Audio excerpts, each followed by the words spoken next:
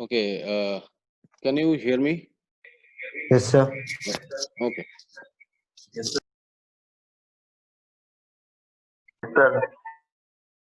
So today we'll be continuing what we discussed last time.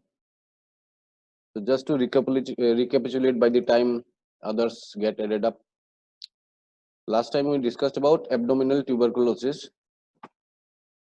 So just 4 or 5 minutes of what we discussed last time. See, the number of death in 2015-16 was almost 4.8 to 5 lakhs from tuberculosis. Now, out of that, abdominal tuberculosis is a disease which is a dilemma for the physician because of the non-specific symptoms that the condition presents with. There are various types of abdominal tuberculosis. The various types present with different types of symptoms, and as such, the clear-cut diagnosis is not possible. And that's the reason we need to know the various types, how to diagnose, the basics of the various forms of abdominal coughs. These extrapulmonary coughs can be in various sites. Out of the abdominal coughs is the sixth most common type. The spread is either by four methods: direct ingestion of food contaminated with the bacilli, ingestion of sputum, lymphatic, hematogenous. Coming to the types, there are basically four types, and these four types are further subdivided into various other forms. They are the intestinal type, the peritoneal type, mesenteric type, that is mesenteric lymph nodes, and the solid organs. Out of these, the intestinal type is the commonest, and if you consider from the esophagus up to the anal canal, the ileocecal region is the commonest site where abdominal coughs occur. There are various reasons of that, which you can see it here because of the stasis of the intestinal contents, abundant pear patches, alkaline media, minimum absorption in the area. This is the reason why the activity of the bacilli is more in the terminal ileum, and the ileocecal coughs is common. So what happens is, after ingestion of infected milk or sputum, the bacilli enters the gut. In the mucosa submucosa plane, they form the granulomas or epithelial granulomas, and then they undergo caseation necrosis. After that, there are two ways in which this can progress. One is the ulceration of the mucosa. Please remember one thing: the ulceration is at the ulceration in case of tuberculosis is transverse to the line of the intestine, whereas in case of enteric fever, it is longitudinal. So remember T for T. Tuberculosis, it always transverse ulcer. So once one form is the ulceration of the mucosa. Second is they spread into the deeper layers and spread into the adjacent lymph nodes of the peritoneum. Now, ileocecal tuberculosis, as we discussed last time, can be of three types: ulcerative, hyperplastic, and the combination of both. Out of that, the ulcerative type is the most commonest. The ulcers, as earlier told, is transverse ulcers. As a result, when the fibrosis occurs, there is stricture. So the commonest presentation of a ulcerative type of abdominal coughs will be as a case of obstruction. If the ulcer penetrates through the serosa, then there is a hole or a perforation.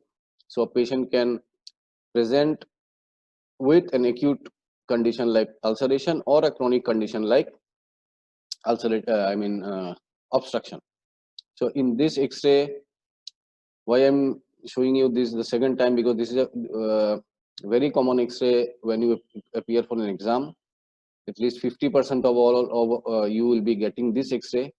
Here you can easily see the diaphragm. This is the right side, this is the left side, and in both the below the both the diaphragms you can see this white blackish shadow. These are the gas shadow. So you have a gas shadow on the right side below the diaphragm, left side below the dome of the diaphragm. Remember that the gas shadow on the left side of the diaphragm is normal because the stomach is there, the fundus has gas, so this is a normal. So left side gas shadow below the diaphragm is normal.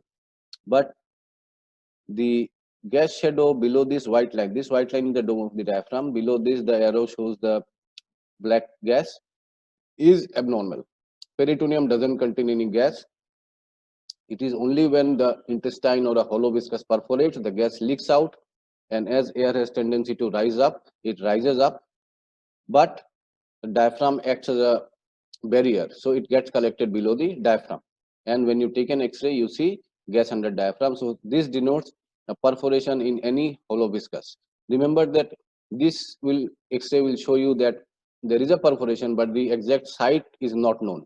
So if you suspect a patient of tuberculosis and you see that X-ray, then you might possibly conclude that the patient has a perforation because of abdominal Koch's ulcerative type. These lines, straight lines here, are called air fluid levels. This is the air level, and below this is the fluid level, and this denotes some sort of obstruction in the intestine. So when there is obstruction, the fluid part comes down, gas goes up. So if the patient is allowed to stand for some time and an X-ray is taken, there is a level below which there is fluid and above is gas. So you can see multiple gas fluid levels. So this X-ray shows both multiple air fluid levels as well as gas under diaphragm. Now we have discussed about the ulcerative type, the hyperplastic type. Hyperplastic type will be presenting as a lump or a mass in the right iliac fossa. The important thing to remember is the differential diagnosis of a lump in the right iliac fossa.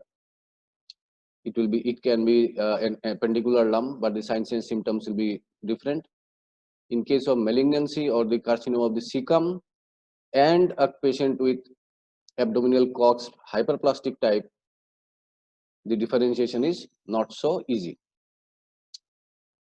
So intestinal type, one is the ileocecal type, the commonest part. Next will be the ileal type.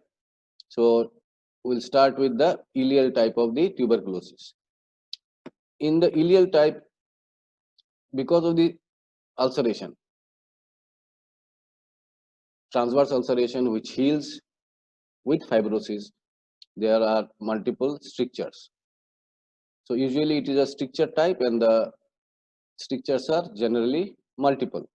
Patient will present with intestinal obstruction.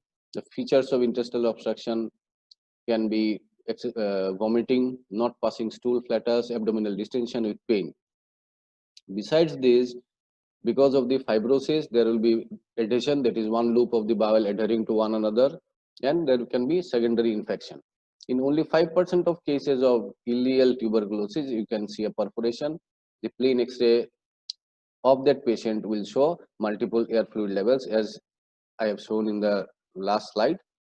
Treatment as such will be resect the part of the intestine with the stricture. So if there is one stricture, cut that part and the healthy parts you join. If there are multiple strictures, you can cut the intestine in the total length and then anastomose, or sometimes stricturoplasty can be done.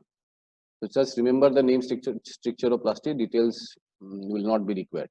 So this is the ileal type of tuberculosis. It is explained in short because it is not so common. Need to remember the ileocecal type of tuberculosis. Next is something which is called the peritoneal tuberculosis. So there are 4 types: intestinal, peritoneal, visceral, and the lymph nodes. So we have finished the intestinal type. Some more from intestinal type will be discussed at the end, because these are not very common, like the gastric, esophageal, jejunal part. So coming to the peritoneal tuberculosis, as I have discussed in the last class, in young there might be a ingestion of the sputum or an infection which remains as a latent foci.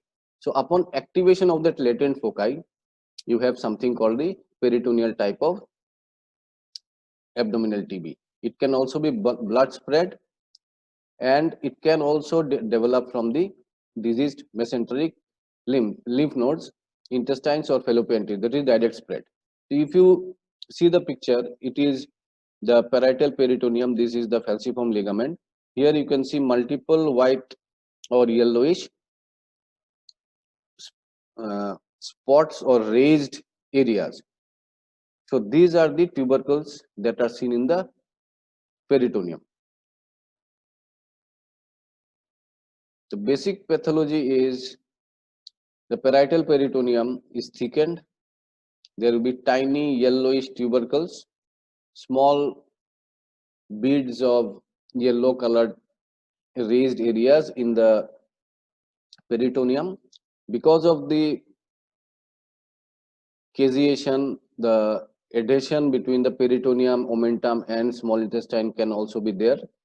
That will be in advanced cases, and the patient can come with features of bowel obstruction.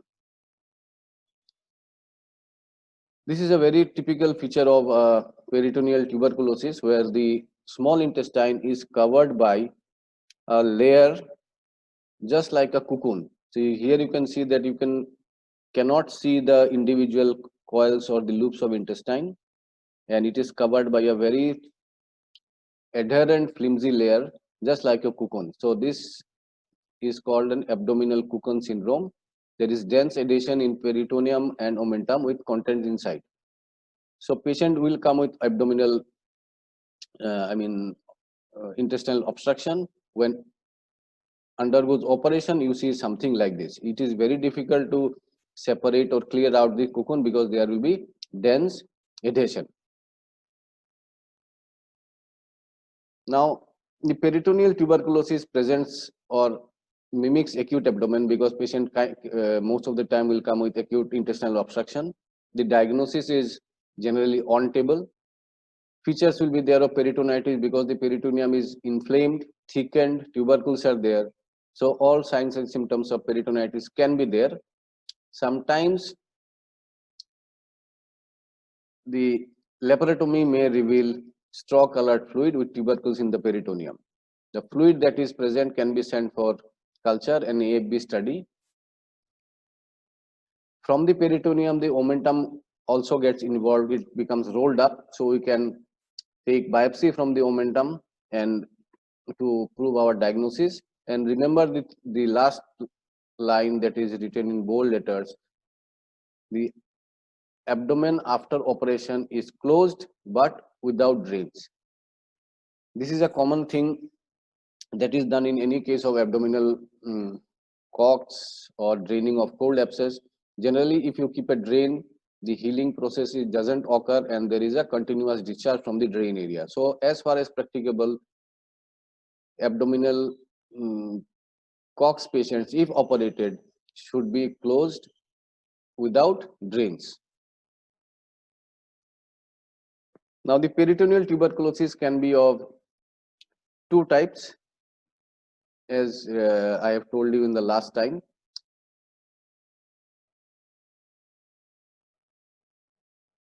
See, it can be one is acute, where it mimics acute abdomen, and one is chronic, where it can present as ascitic form, encysted form, plastic form, or purulent form. So peritoneal tuberculosis can be of two types. One is acute and one is chronic. Acute is not so common. Chronic form can present with fluid inside the abdomen. So one is the ascitic form, where the fluid is spread all throughout the peritoneal cavity. You can see all signs and symptoms or features of ascites.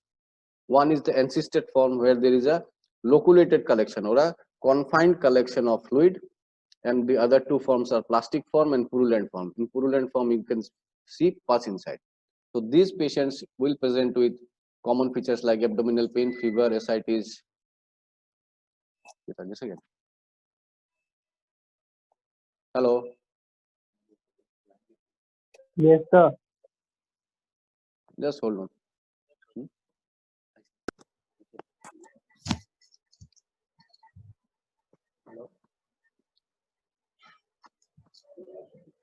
Yes, sir.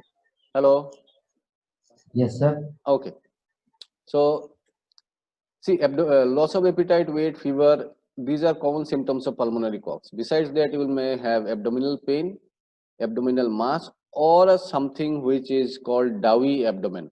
Whenever a roti or a paratha is made, the dough that is created, if you close your eyes and press the dough, you have a typical type of feeling. So in case of chronic peritoneal tuberculosis, when you palpate the abdomen, the feel is almost similar to a feel when you palpate a dough. So it is called doughy abdomen. It is seen in 10% of cases. The types already mentioned: ascitic, encysted, plastic, and purulent. Ascitic, see, it features will be almost as an ascites. So there will be an enormous abdominal distension. Because of the distension, the umbilicus will be everted, may even convert into an umbilical hernia, fluid trail, shifting dullness, everything will be there. And the abdomen is rolled up. If you do a diagnostic laparoscopy or open up the abdomen, you see the omentum rolled up. In Okay, this has been mentioned. Okay, in the loculated type, it is same as an ascitic form, but the collection is localized to a particular area because of the fibroblastic reaction. So there is no shifting dullness because the fluid is confined to an area. The shifting dullness will not be there. It might present as an abdominal mass or sometimes as a cyst. So we can confuse this with a ovarian cyst or mesenteric cyst because the collection of fluid will be there in the abdomen. When you palpate, you might feel that there is a swelling or a lump with fluid inside, mimicking mesenteric cyst or ovarian cyst. The typical feature of shifting dullness will not be there. So on USG, you can find the fluid, you can aspirate and start anti-tubercular drugs. Plastic type, because of the extensive fibroblastic reaction, there are adhesions between the coils of the intestine, the omentum. So this, though doesn't go into that form of abdominal cocoon, but there is extensive adhesion between the loops of the intestine. In between the intestine, there will be the mesentery. So mesenteric nodes will be also involved. There will be caseation. So ultimately, there is a term that is called matted intestine. All of the intestinal loops will be clumped with the mesentery in between, along with the omentum. Patient generally will come with obstruction or distension of the abdomen. There might be diarrhea, loss of weight, or a feeling of doughy abdomen. Generally, surgery can be done to remove the obstruction, and the surgery is called adhesiolysis, and the patient is started on anti-tubercular drugs. As I told you, it is unless and until it is necessary, because there are some criteria where you operate in a case of abdominal coughs, like perforation, obstruction. Otherwise, the general rule is not to go for surgical intervention in a case of abdominal coughs as far as practicable. In the purulent peritoneal tuberculosis, as I told you, there is direct spread from the fallopian tubes. So it is a direct spread from the tuberculous salpingitis. The fallopian tubes are infected. From there, there is discharge of pus, and ultimately the surrounding intestine, large bowel, everything are involved. So the patient can present with an mass abdomen, mass because of the omentum, the tubes, and the large bowel all clumped together. And the anti-tubercular drugs with exploration of umbilical fistula. See, once the collection is there, sometimes there might be discharge from the umbilicus because of the patent urachus that might also be infected, and sometimes there may be discharge from the umbilicus. So if that is the case, only then we can go for exploration. Otherwise, anti-tubercular drugs will suffice. So we finished with the intestinal type, peritoneal type. Next, coming to the lymph nodes. So the lymph nodes, when infected, can be of various types. So one is the calcified lesion. The mesentery has numerous lymph nodes, and those lymph nodes are involved and they undergo calcification. There is no active infection, and it can be treated with anti-tubercular drugs. This is called acute mesenteric lymphadenitis. There is infection of the mesenteric lymph nodes. It is common in children, though it can be non-specific, but in some cases the cause is because of tuberculosis. So it mimics appendicitis, and if it is proven to be because of Cox abdomen, then we can start anti-tubercular drugs. Remember, non-specific mesenteric lymphadenitis is very common in children. Patient presents with features of acute appendicitis, but in some cases you might find caseating lymph nodes if you do a laparoscopy, and if you confirm it to be a case of acute tuberculous lymphadenitis, then only you start anti-tubercular drugs. Otherwise, most of the cases in children, it is non-specific mesenteric lymphadenitis. This, just remember the name: pseudomesenteric cyst, tabes mesenterica, and chronic lymphadenitis. These are types of lymph node involvement in case of tuberculous lymphadenitis. So in pseudomesenteric cyst, there is collection between the layers of the mesentery. So there are two layers of mesentery in between those because of the lymph nodes getting undergoing caseation necrosis. There is collection, there is formation of cold abscess, and it can present as a lump which mimics mesenteric cyst. There may be massive enlargement of the lymph nodes, and it is termed as tabes mesenterica or chronic lymphadenitis. Generally, patients or the children, it infects the children, and there is failure to thrive. Now,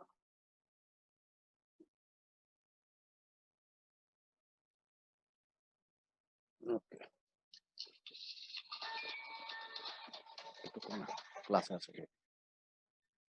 Now coming to a type which is called anorectal or anorectosigmoidal tuberculosis. See, this is a type of intestinal tuberculosis.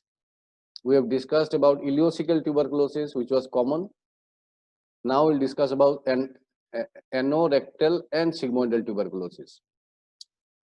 Now, this region, as you know, has highest incidence of malignancy, rectosigmoid junction in adults. If they have an ulcer or a swelling, the most likely diagnosis in case of adults is a growth. So it mimics cere rectum and occurs within 10 centimeter of the anal verge. From the anal verge, within 10 centimeter, this anorectosigmoidal tuberculosis may occur. The patient will present with all symptoms because of the irritation of the mucosa like tenesmus, diarrhea, multiple discharging fistula.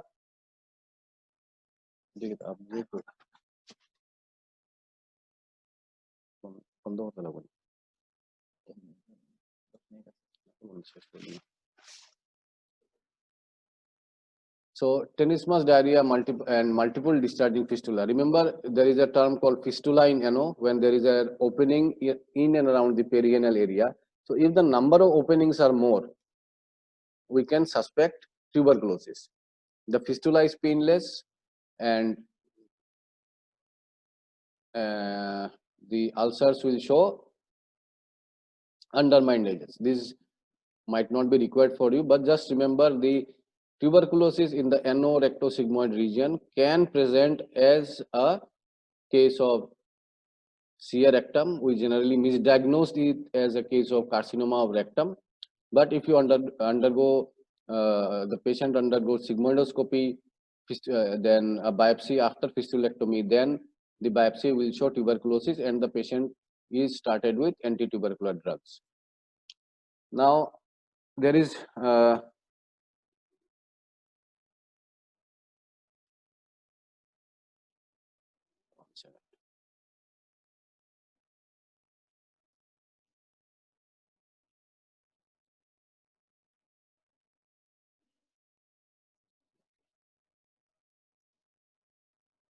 okay.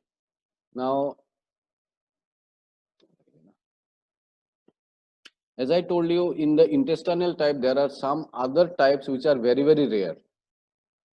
Out of that is the esophageal type. It is very rare, and in around 0.3, the slides are not there, just I am going to tell you in brief. Esophageal type is very rare, around 0.3% of the total cases of GI tuberculosis. Patient will come with dysphagia or dinophagia or retrosternal pain.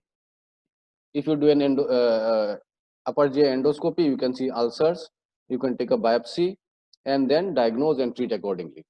In case of stomach, it is involved in only 1% of case. Of total of the whole GI tract, stomach can be involved in only 1% of cases because of the gastric acid that is present and the motility and the lack of stasis. Remember, in the ileal type, the ileum was more involved because there was stasis mainly.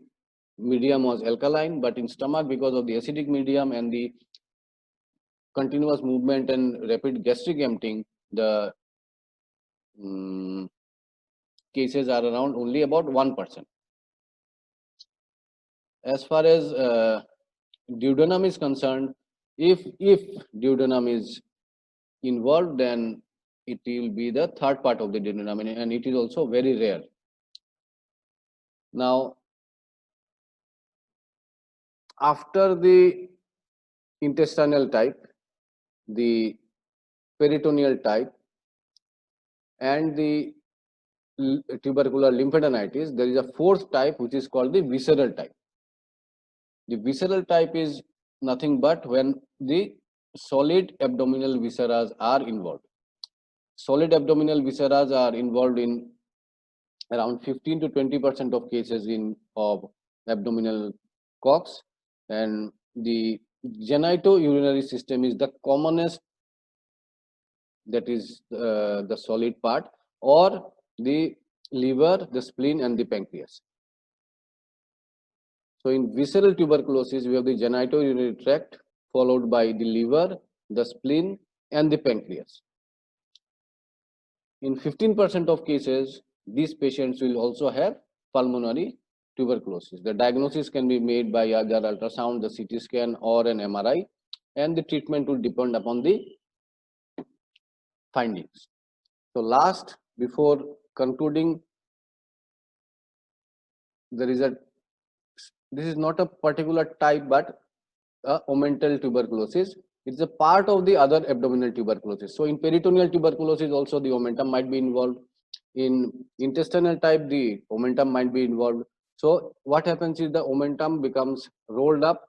There are multiple cold abscesses in the omentum, and if you start with anti-tubercular drugs, then it helps. And if only a big cold abscess is formed, only then surgery is indicated in case of omental tuberculosis. So remember, omental tuberculosis is as a part of other abdominal tuberculosis. Isolated omental tuberculosis generally doesn't occur. In omental tuberculosis, the patient will present with fever, diarrhea, anemia. These are all vague symptoms, and age is around 25 to 50 years.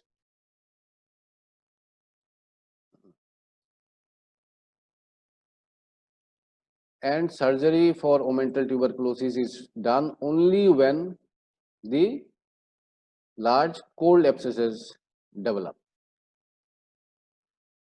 So just the last 2 minutes, remember there are 4 types of abdominal cocks.